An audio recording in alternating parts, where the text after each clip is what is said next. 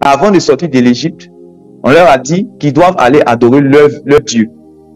Le Dieu d'Abraham, d'Isaac et de Jacob. Le seul Dieu qui s'est révélé à Abraham, à Isaac et à Jacob. C'est ce seul Dieu-là qui doit venir adorer. C'est ce qu'ils ont dit même. Nous allons aller dans le désert pour aller l'adorer. Maintenant, ils arrivent.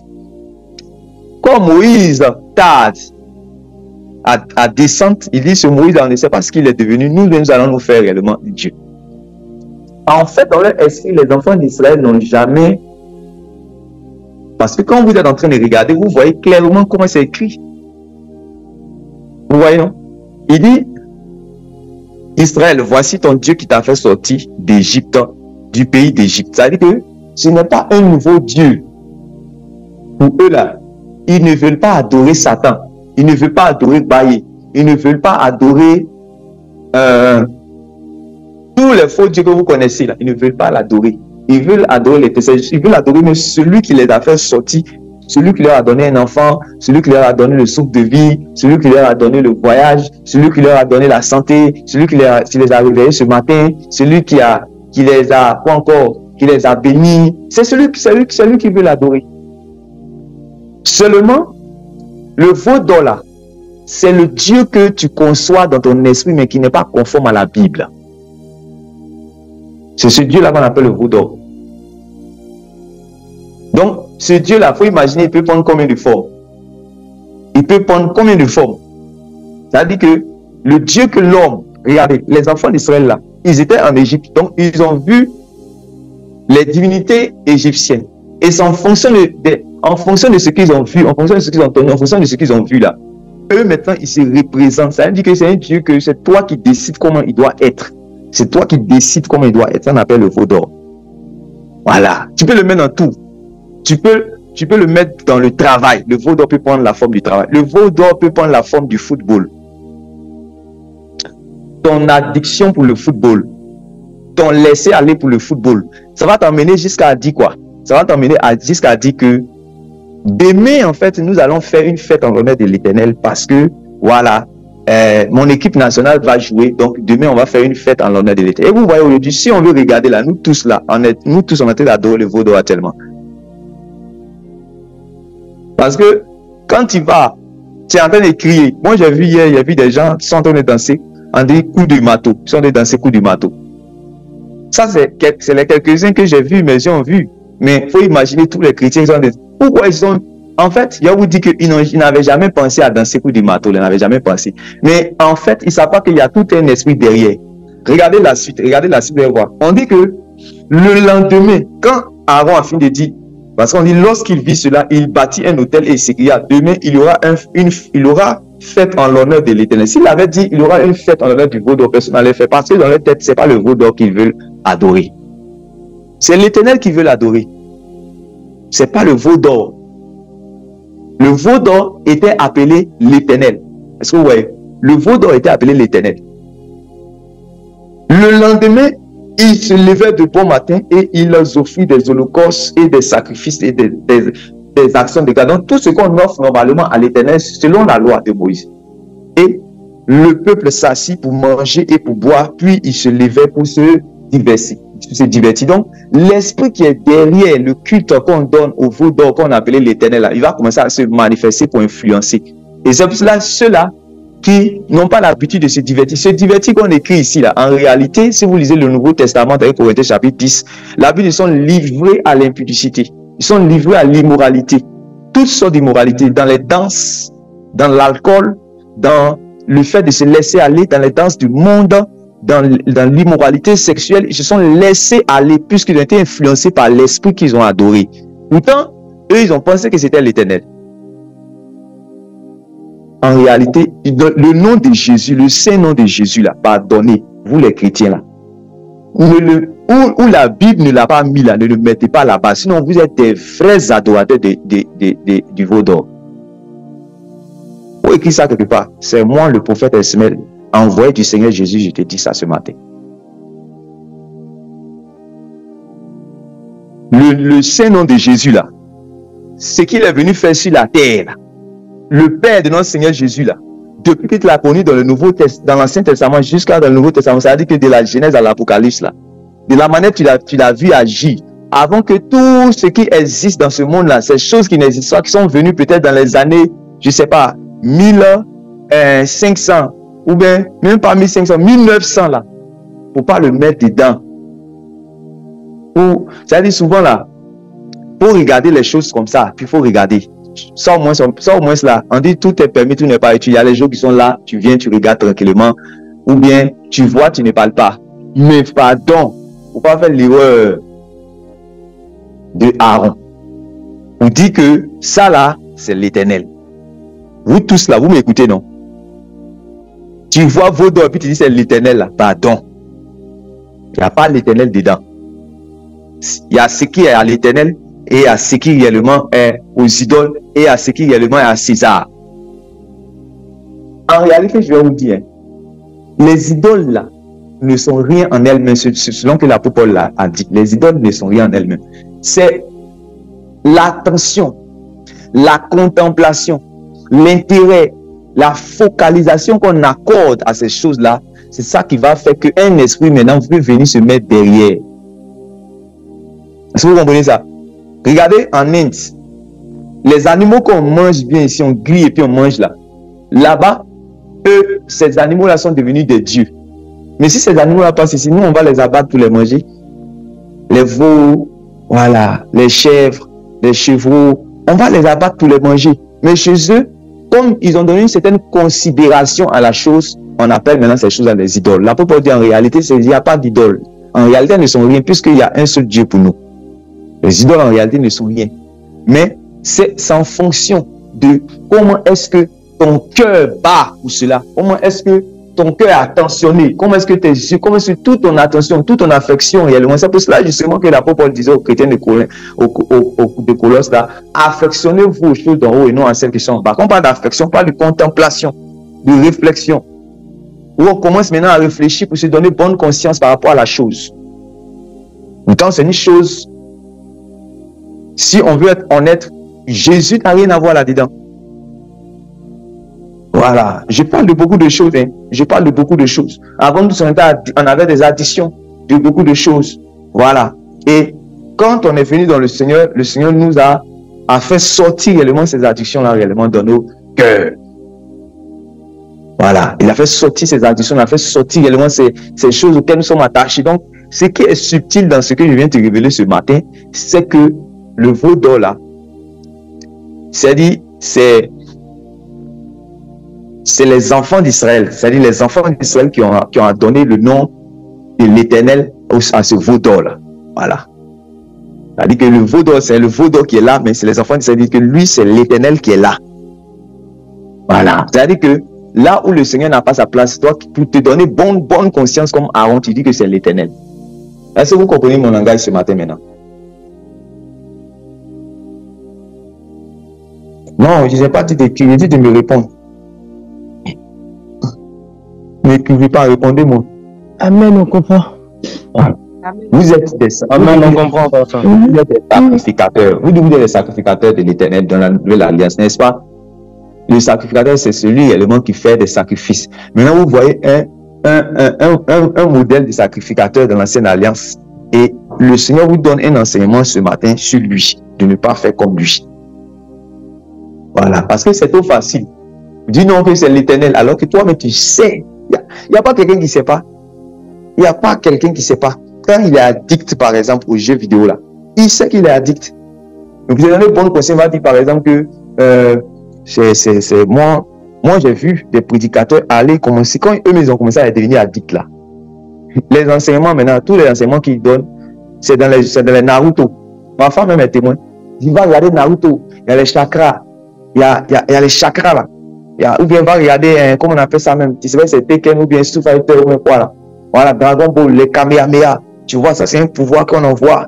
Tu vois. En fait, il n'a plus d'inspiration. Il est mort fini, en fait. Quand tu es mort fini, là, quand tu n'as plus d'inspiration, c'est là-bas que tu vas chercher. Bible, là, il n'y a plus d'inspiration là-bas. Hein. C'est là-bas maintenant que tu vas chercher l'inspiration. C'est trop subtil. C'est subtil. Je vous dis la vérité. Moi, où je prêche, je n'accuse pas quelqu'un. Je ne pointe pas le doigt à quelqu'un, mais je dis que Dieu nous aide à à comprendre la séduction, comment est-ce que le diable est subtil. Et puis, si vous n'avez pas fait attention, vous, les enfants de Dieu, vous pouvez tomber profondément comme ça dans la distraction sans le savoir. Et puis, vous allez vous donner bonne conscience comme Aaron. Dis non, demain là, ce qui est sûr, c'est en l'honneur de l'Éternel que nous l'avons fait. Voici même l'affaire de football là. Tout le monde a dit quoi? C'est Dieu, c'est l'Éternel. Mais l'Éternel est dans le coup du marteau. Moi, c'est ça, je ne comprends pas. Et à quel coup les gens sont passés, puis les gens n'ont pas dansé coup du monde. Moi, j'ai vu même devant, j'ai vu des églises, devant les églises, les gens sont en train de danser. Parce qu'ils sont emportés. Puisque l'Éternel n'était pas dedans. Mais comme ils sont mélangés avec les gens du monde, tout le monde, voilà, on fait toi. Et surtout, comme j'avais donné le conseil la dernière fois, des gens n'ont pas le sens de la mesure. Ils n'ont pas de maîtrise de soi. Ils ne savent pas faire la distinction entre ce qui est profane et ce qui est sacré. Tu vois? Et dès l'instant que cette limite-là n'arrive pas à bien la jauger, tu n'arrives pas à savoir. Il dit même pas ici même ce qui est diabolique. Il dit c'est quand tu n'arrives pas à discerner, à séparer ce qui est profane de ce qui est sacré, tu vas avoir un très grand problème. Parce que chez toi, tout ce que tu sais distinguer, c'est ce qui est diabolique de ce qui est saint. Mais tu ne sais pas distinguer ce qui est profane de ce qui est saint. Il y a trois choses. Il y a ce qui est diabolique, il y a ce qui est profane, c'est-à-dire mondain, et il y a ce qui est saint. Qui ça quelque part? Je répète, il y a ce qui est mondain, et du moins il y a ce qui est diabolique, c'est-à-dire ténébreux, diabolique, ce qui est iniquité. Il y a ce qui est mondain, profane, et il y a ce qui est saint. Il faut arriver réellement à faire la distinction des trois choses. Ce qui est diabolique et ce qui est mondain là, ça n'a rien à voir avec ce qui est saint. Si tu arrives réellement à faire cette distinction, cette nuance-là, tu arrives à avoir cet équilibre, à savoir discerner quand quelque chose est diabolique, quand quelque chose est profane, quand quelque chose est saint, ça va t'aider. Quand tu prends quelque chose de profane, que tu veux sacraliser la chose, que tu veux sanctifier la chose, on dit ça ne peut pas marcher. Tu veux faire comme, comment il s'appelle? Tu veux faire comme Aaron. Ça ne peut pas marcher. À Dieu ce qui est à Dieu. À César ce qui est à César. Voilà. Vaut mieux regarder, si tu veux, tu regardes ton match de football tranquillement ou bien tu joues ton jeu vidéo tranquillement. Mais pour commencer à te donner bonne conscience là, en voulant mettre Dieu là-dedans, faire les trucs, à couvrir ton addiction à la chose là. C'est ça que Dieu n'aime pas. Il n'aime pas cette hypocrisie là. Aaron pouvait dire, ah, tranquillement, demain on va faire une fête en l'honneur du veau d'or. C'était simple que de dire, demain on va faire une fête en l'honneur de l'Éternel, alors que dans la pratique, c'est pas l'Éternel. Parce que l'Éternel même ne veut pas de représentation ici. Mais comme les enfants d'Israël, ils ont tellement vu le veau d'or, le Dieu que Moïse est venu leur présenter là, ça les arrange pas. C'est quel Dieu qui va leur dire, non, il ne veut pas de représentation. C'est quel Dieu qui va leur dire, non, qu'à patienter d'abord, il va venir leur donner la table de la loi, il va venir leur donner son alliance. C'est quel Dieu qui va venir leur dire, ah, voici comment ils doivent marcher, voici comment ils ne doivent pas marcher. C'est quel Dieu qui va leur donner, qui est assez exigeant ou bien intransigeant envers eux. C'est quel Dieu qui va commencer à leur donner ses lois, ses règles. Est-ce que ça là, c'est une bonne affaire? C'est quel christianisme on nous dit, ah, voilà, on doit faire attention aux choses profanes. C'est quel christianisme ça là? C'est quel christianisme où on doit nous dire, ah, faut pas, on va piler foutu le nom de Dieu? C'est quel christianisme là, où on ne doit pas piler foutu avec le nom de Dieu? Donc les gens vont commencer maintenant à se faire. Si vous voyez qu'on dit qu'on pile foutu le nom de Dieu là, c'est ça. Parce qu'ils ne savent pas distinguer ce qui est profane de ce qui est sacré. Sinon, quand tu te lèves pour dire que Dieu ne pile pas foutu là, c'est quoi? Tu es en train de prendre le profane. Parce que, en réalité, ce n'est pas diabolique, mais c'est profane. C'est ça, on dit, tu ne profaneras pas le nom de Dieu, tu ne prononceras pas le nom du Seigneur en vain. C'est ça qui est là. Voilà. C'est ça. Quand tu fais tout ce qui est maïmouna en Jésus là, c'est ça. Tu prends le profane ou mets cela réellement dans ce qui est sacré. Et ça, c'est un veau d'or. C'est un veau d'or moderne. Voilà, c'est un veau d'or moderne. Le veau d'or moderne, c'est un esprit qui est large. Il peut prendre beaucoup de formes que vous n'avez pas idée. Voilà, que vous n'avez pas idée. Donc vous devez également faire attention. C'est l'homme même qui se forme le veau d'or. C'est pas Dieu, c'est pas le veau d'or. C'est l'homme lui-même en fonction de cette disposition du cœur, en fonction de sa manière de voir. C'est pas les enfants d'Israël avaient leur manière de voir le Dieu là. Donc c'est comme ça. C'est pas Moïse de venir leur montrer le Dieu, c'est eux qui doivent montrer quel est le genre de Dieu qu'eux ils veulent. Donc il y a des chrétiens qui veulent un genre de Dieu voilà, qui n'a pas besoin de leur dire en fait ce qu'il doit faire, mais ce qu'il ne doit pas faire. C'est ça qu'on appelle le veau d'or. Un Dieu qui ne peut pas réellement leur dire, qui ne peut pas censurer des choses dans leur vie. Voilà, qui ne peut pas leur montrer leurs limites. C'est un veau d'or. Et moi, je ne peux pas jouer ce rôle d'Aaron là, je ne peux pas. Je vais vous prêcher le Dieu de la Bible. Si vous convient, vous marchez avec lui. Si vous ne vous convient pas, ok, allez-y chercher. Vous-même fabriquez votre veau d'or ici là-bas. Voilà. Parce que les gens veulent qu'on arrive à un moment maintenant où on ne peut plus maintenant, puis on commence à leur dire que Dieu est avec vous dans vos passions. Dieu est avec vous dans vos passions. Voilà. Les dieux make-up là. Voilà. Les dieux telenovela. Les dieux bachelor là. Les dieux Cristiano Ronaldo là. Voilà. Les dieux Maïmouna, Billy Foutou là. Voilà. Faites vos dieux, adorez-le. Mais le Dieu d'Abraham, d'Isaac et de Jacob, que la Bible nous révèle, que Jésus-Christ nous a donné l'intelligence pour le connaître là, c'est pas celui que le monde veut nous faire savoir. Donc, arriver à faire la distinction entre ce qui est profane et ce qui est sacré. Et c'est ça qui fatigue beaucoup de personnes aujourd'hui. Parce que quand ils regardent la chose, ils disent non, mais la chose n'est pas diabolique en tant que telle.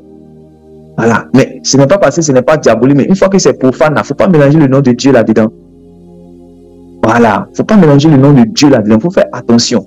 D'autres aussi n'ont plus le sens de la mesure. C'est pour ça que la dernière fois, étant en train de parler, quand les gens sont invités, par exemple, dans les mariages, ou bien dans les anniversaires, quand on commence à mettre réellement la musique du monde, et puis ils se lèvent, ils commencent à danser. Voilà. Ils commencent à danser.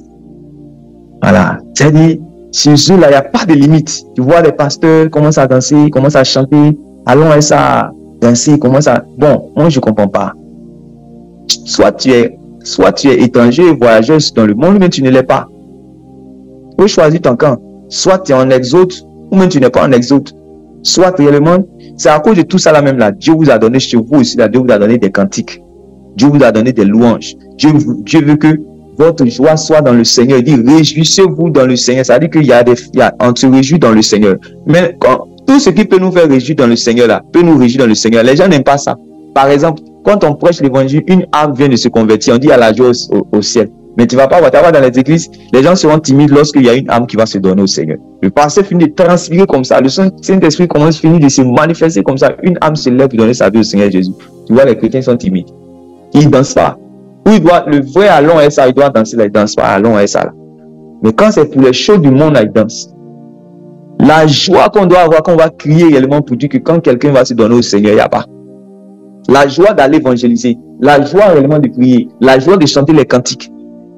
Et il y a un passage même dans le livre des Psaumes qui dit que lorsqu'on chante là, il faut que la joie soit réellement sur ton visage. C'est écrit, vous donnez pour vous qui êtes les chantes là. Mais il y a des gens qui chantent, il n'y a pas la joie, il n'y a pas la joie sur le visage, il n'y a pas l'expression de la joie réellement sur le visage. Parce que la joie est ailleurs en fait.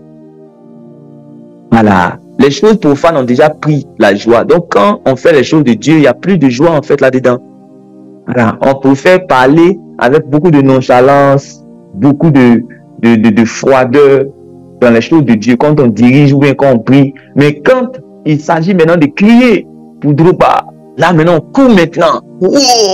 On monte son zèle. Et ça, vous n'avez pas idée de ce que vous n'avez pas idée de ce qu'on appelle réellement la sainte jalousie de Dieu. C'est ce que Paul disait aux Corinthiens, quand il disait que je suis jaloux de vous d'une sainte jalousie de Dieu. Et tout bon pasteur qui a engendré des gens dans le Seigneur, il sera forcément animé de cette sainte jalousie-là.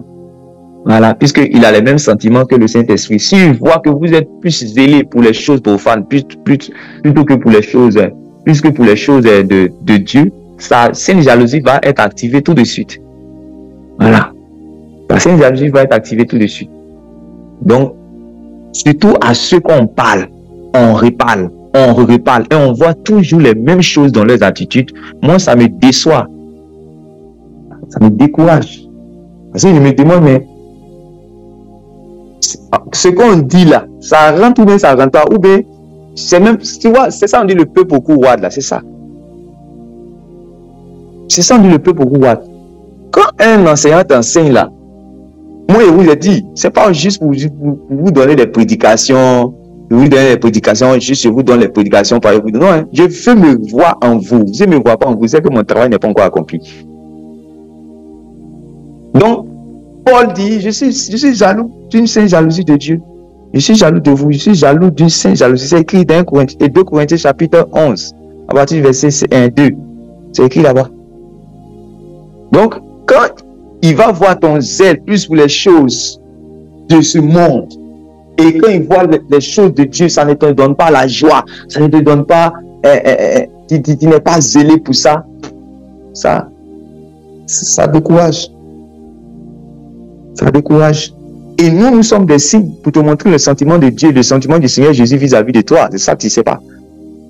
Tes frères en Christ là, qui sont attachés au Seigneur là, ils sont des signes pour te montrer les sentiments du Seigneur Jésus que tu n'arrives pas à voir parce que en fait tu es étouffé par les choses du monde. Donc ils sont là, souvent pour te donner certaines interpellations.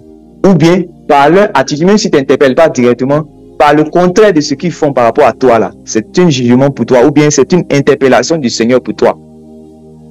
Voilà. Si vous ne voyez pas danser le coup du marteau en Jésus, et que vous partez danser le coup du marteau en Jésus, ça, je suis un jugement pour vous. Je suis comme un Noé. Voilà. Pendant le temps de Noé, il y avait beaucoup de choses qui pouvaient distraire les gens. C'est justement la raison pour laquelle ils n'étaient pas intéressés à rentrer dans l'âge de Noé. Pendant la destruction de Lot et la destruction de Sodome et Gomorrhe, les habitants de Sodome et Gomorrhe étaient occupés par d'autres choses. Et même les fils les gendres, voilà, puisque les gendres de Lot, eux, ils avaient décidé de ne pas faire, comment on appelle ça, mais l'homosexualité. Ils voulaient prendre pour mariage les filles de Lot. Mais ils étaient distraits par la vie de Sodome et Gomorrhe, puisque c'était un endroit où il y avait, quand Lot partait dans cet endroit, quand il s'est séparé d'Abraham, on dit que c'était comme un jardin d'Éden. Donc il y avait plaisir, il y avait tout là-bas. Voilà, c'était joli. Beaucoup de choses pour le distraire, pour ne pas qu'il ait la pensée de l'éternité, pour ne pas que réellement il puisse savoir ce qui est saint, de ce qui est profane, de ce qui est diabolique. Voilà, beaucoup de choses. Je vais faire la différence. Voilà. Maintenant, dans tout ce que j'ai dit là, vous comprenez que je ne suis pas en train de... Parce qu'un pasteur, ce n'est pas celui qui va vous faire la police, qui va regarder ce que vous allez manger, ce que vous n'allez pas manger, ce que vous allez porter, ce que vous n'allez pas porter. En ce moment, vous n'aurez plus de liberté. C'est pour la liberté que le Seigneur vous a affranchi. Donc, vous êtes libre. Mais seulement, ne faites pas de cette liberté-là un prétexte pour vivre selon la chair. C'est ce que Paul disait aux gens. Il dit, lui, il ne va pas vous faire la police. Mais, c'est vrai que c'est pour la liberté que vous êtes affranchi. Mais votre liberté-là, ne prenez pas votre liberté réellement pour vivre selon la chair. C'est en ce sens-là aussi, il va dire que tout m'est permis, mais tout n'est pas utile. Il va parler à son fils Timothée. Timothée avait commencé à faire quoi? À se muscler seulement avec les poids. Pourquoi? Parce qu'il voyait justement, en ce temps-là, lui-même là, c'était dans l'époque gréco-romaine. Donc les gens, ce qu'on appelle les Jeux olympiques là, les gens faisaient ça, c'est là-bas que ça a commencé. Quand il dit l'athlète ne remporte pas la couronne s'il n'a pas couru suivant les règles, tout ça là. C'est en fonction de comment on appelle ça même, de ce qui se faisait en ce moment. Il y avait non seulement les Romains, et puis les Grecs qui croisaient l'épée, tout ça là, voilà. Il y avait des guerres, il y avait aussi également ce qu'on appelle les Jeux olympiques. Il y avait même les Jeux hasard. Il y avait tout ça là. Ce pas des choses qui sont venues aujourd'hui. Voilà. Maintenant, Timothée, voilà, en tant que jeune, voilà, juste soulever les poids, faire les musculations, commencer à chercher à voir réellement du poids, la forme, les pectoraux, les abdominaux, tout ça. Chercher. C'est là il va dire que l'exercice corporel est utile à peu de choses. Mais il faut réellement chercher maintenant l'exercice spirituel. C'est ça qui est important pour toi actuellement où tu es là. Parce que toi, tu dois combattre le bon combat. C'est pas que l'exercice corporel est mauvais. Non. Mais l'exercice corporel est utile à peu de choses. Parce que toi, tu es un homme spirituel. Tu as une nature spirituelle. C'est là-bas que tu dois chercher à muscler. Maintenant. Vous voyez, non? Voilà. C'est la même chose qu'on dit aux femmes dans 1 Pierre chapitre 3 là-bas. On leur dit que de rechercher la parure qui est à l'intérieur. Parce que les autres là sont utiles à peu de choses. De chercher la parure qui est à l'intérieur. C'est ça. Est-ce que vous voyez ça? Voilà. Dit tout m'est permis. Mais tout n'est pas utile. Tout m'est permis, tout n'est pas utile. Ça veut dire que on va te laisser libre, tu es libre. Voilà. Moi, je suis allé par exemple dans la maison de certains serviteurs de Dieu. Je peux voir beaucoup d'autres choses. Je peux voir toutes sortes de choses. Ils sont libres. Et puis je ne vais jamais les accuser par rapport à ça. Et puis ce n'est pas mauvais, ce n'est même pas un péché. que d'avoir même des jeux vidéo ce soir, ou bien la télévision, de combien d'écrans, de quoi, tout ça là, c'est pas un problème. Tu peux faire en essayant les choses du monde, ce sont encore les choses du monde, ce sont des choses que on en a besoin en fait dans la vie. Voilà. Mais quand tu n'es pas sage et puis tu n'arrives pas réellement à avoir de la lucidité spirituelle, tu ne vas pas savoir en réalité que ces choses-là sont utiles à peu de choses. Tu vas t'attacher à la chose en fait. Sinon, il n'y a aucun problème par exemple à avoir un jeu vidéo chez lui à la maison, puisque même dans votre téléphone, vous avez des jeux souvent que vous jouez. Je n'ai jamais dit à quelqu'un, pourquoi tu joues en ce moment, je deviens légaliste. Mais vous allez voir le chrétien là, au lieu, c'est lui-même qui a un problème même avec, il n'a même pas encore fini de lire, depuis ça fait 5 ans il est converti, il n'a pas encore fini de lire les 4 évangiles. Mais il est là, il est devant son jeu. Ah, lui, il peut venir lui dire, mon ami, il faut laisser ce jeu là, il faut pour au moins 3 mois, tu vas finir de lire l'évangile là, les 4 là. C'est ça qui va t'aider. C'est pour ça, depuis là, ça ne va pas dans ta vie là. Évidemment, je suis en train de prier dans mon cœur même pour un frère, parce que lui-même c'est fini. Il ne peut même pas mettre ça, il veut faire 1 an, même pas mettre Jésus seulement sur Facebook ou bien sur WhatsApp. Jésus, il ne peut pas. Mais tous les matchs, tous les shows du monde, tout ça là, c'est ça maintenant qu'il peut faire mettre, et puis c'est ça à l'aise dedans. Pourtant lui-même avait dit que ça va pas. Tu vois, ça peut pas aller. Ça peut pas aller parce qu'on n'a pas l'humilité pour venir apprendre, pour se laisser coacher, pour se laisser guider. Non, on préfère réellement afficher les choses du monde plus afficher les choses de Dieu. C'est ça qui prouve en fait que ça va pas. Sinon quand ça va là, tu vas faire les choses de Dieu, tu vas afficher les choses de Dieu, tu vas être un avec les choses de Dieu. Mais quand tu deviens un avec les choses de ce monde, mais les choses du monde, ça montre qu'en réalité, ce sont ces choses-là qui ont gagné ton cœur. Ce sont ces choses-là qui ont gagné ton cœur. Vous voyez? Donc, voilà la parole que le Seigneur veut vous donner pour vous ramener réellement à lui. Donc, je le répète, vous êtes libre, mais n'utilisez pas votre liberté là pour faire ce que vous voulez, jusqu'à aller même vous ériger réellement des veaux d'or que vous allez appeler l'Éternel. Voilà, vous allez appeler ces veaux d'or là l'Éternel. Il y a d'autres qui ont pris, ce sont des parfums, ce sont des bijoux, c'est le travail, c'est les sorties, c'est les cinémas, c'est les films, c'est les séries qui sont devenues réellement des veaux d'or. Je me rappelle dans le temps, il y avait une soeur qui m'avait dit que il y a un moment, elle veillait beaucoup dans les séries de, je sais pas si c'est Luz Clarita. Souvent même sa maman peut-être lui demandait, mais tu fais quoi? Elle va se cacher là, en train de veiller sur Luz Clarita. Mais Dieu merci, je crois que le Seigneur l'a libéré de ces choses. Oui. Que Dieu nous bénisse.